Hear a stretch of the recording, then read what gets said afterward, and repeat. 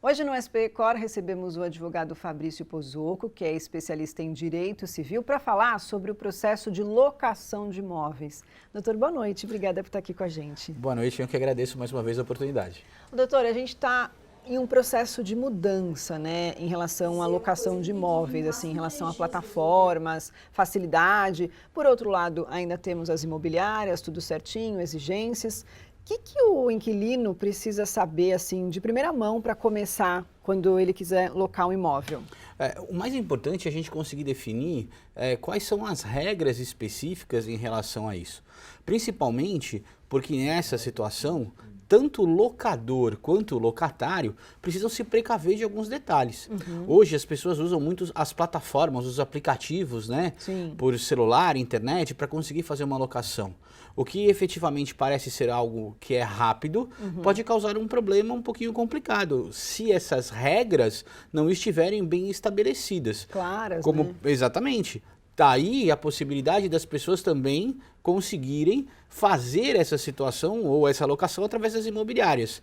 Mas o mais importante é conseguir seguir essas regras em especial. Observar, por exemplo, qual é o imóvel que vai ser locado, observar uma cláusula importante, quantas pessoas vão estar no imóvel, verificar qual vai ser o instrumento de locação, o prazo da locação, né? Lembrando que as locações para temporada hoje, né, são o grande detalhe que vem acontecendo aí muito na nossa região. Então, observar quantos dias vai ficar no imóvel, quem paga, como paga, para evitar surpresas desagradáveis. Tudo tem que estar escrito no contrato, né? É De o repente melhor. um combinadinho ali na hora de ver o imóvel. A questão da boca é muito complicado, quando as coisas ficam de boca. É muito comum pessoas acabarem, infelizmente, tendo problemas. Então entram na internet, veem aquele imóvel lindo, arrumado, bonito, num lugar muito bacana da cidade, vai passar, né, aí alguma temporada aqui no litoral e de repente observa que o imóvel não foi nada aquilo que foi contratado,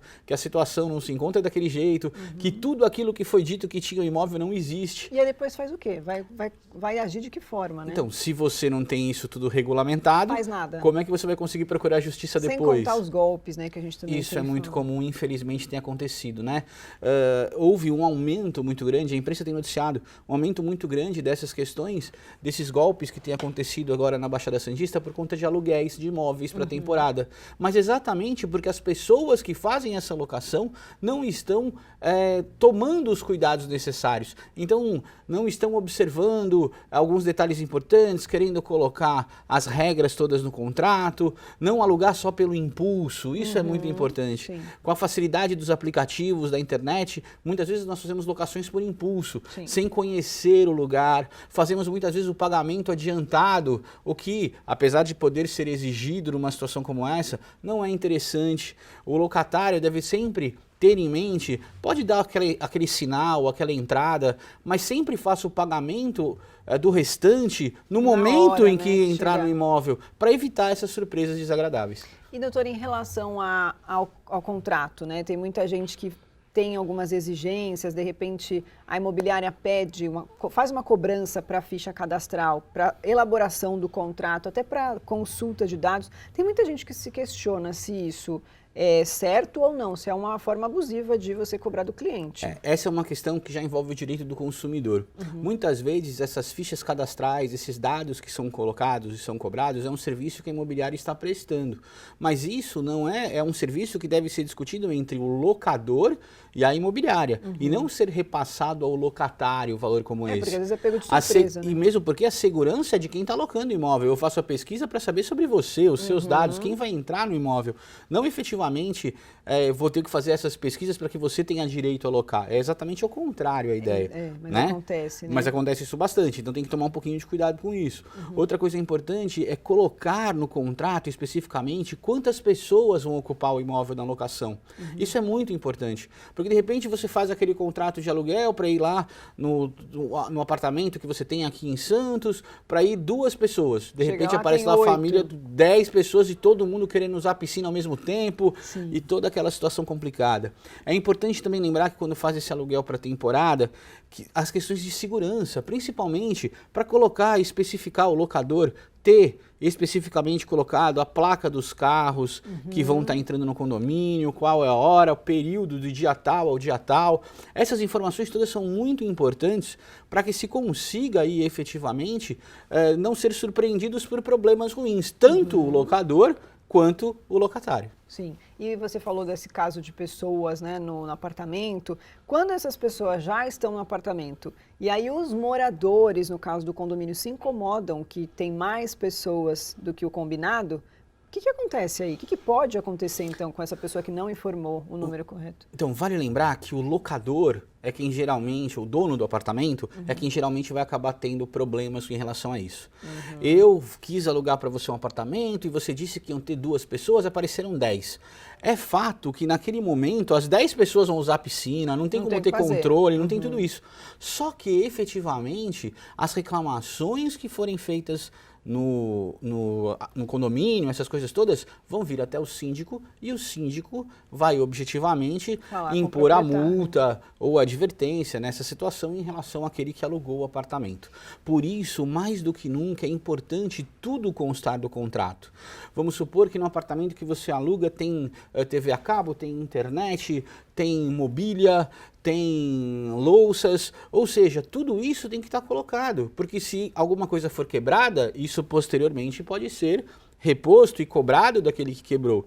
Agora, se nós não temos nada no papel, se ficamos simplesmente numa questão de boca, se ficamos simplesmente naquela empolgação, vou para o litoral, mas esquece de tomar os cuidados, a gente pode ser surpreendido, seja por não conseguir chegar no imóvel ou descobrir que esse imóvel é muito ruim, não é aquilo que foi contratado, seja por ter problemas posteriormente àquele locatário que infelizmente acabou depredando o imóvel ou causando constrangimentos no condomínio. E falando então em depredando imóvel, doutor, geralmente quando você entrega o apartamento é exigido uma vistoria para ver se está tudo certinho, né? Sim. Então, no caso do locatário, para se proteger, ele também pode, de repente, exigir uma vistoria antes Sim, e depois, porque de repente ele fala assim, eu quero que você entregue o apartamento todo pintado, mas quando a pessoa recebe esse apartamento, ele não está todo pintado, ele só está...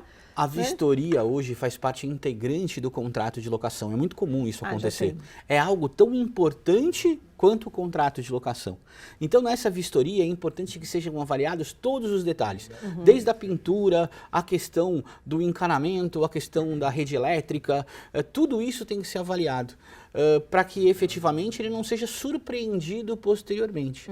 Né? É importante lembrar que alguns reparos que são necessários ao imóvel, como por exemplo cano, vazamento, problemas de eletricidade, esses são inerentes ao locador, que efetivamente acaba aí, muitas vezes, combinando com o locatário para que o locatário pague, desconte no aluguel, alguma coisa nesse sentido. Tudo combinadinho, né? Exatamente. Agora, vale lembrar que a regra é o que deve reger o contrato. Sempre o contrato. Sempre o contrato é importante. Doutor, para o pessoal de casa entender, assim, que ainda não tem noção da negociação, fiador, seguro fiança, cheque calção ou pagamento calção, como funciona? Tem algum que é mais seguro ou não? A pessoa tem que escolher o que é melhor para ela? Então, na verdade, isso geralmente é um combinado entre locador, que é o proprietário do imóvel, né, ou a imobiliária, e o locatário, aquele que quer entrar no imóvel.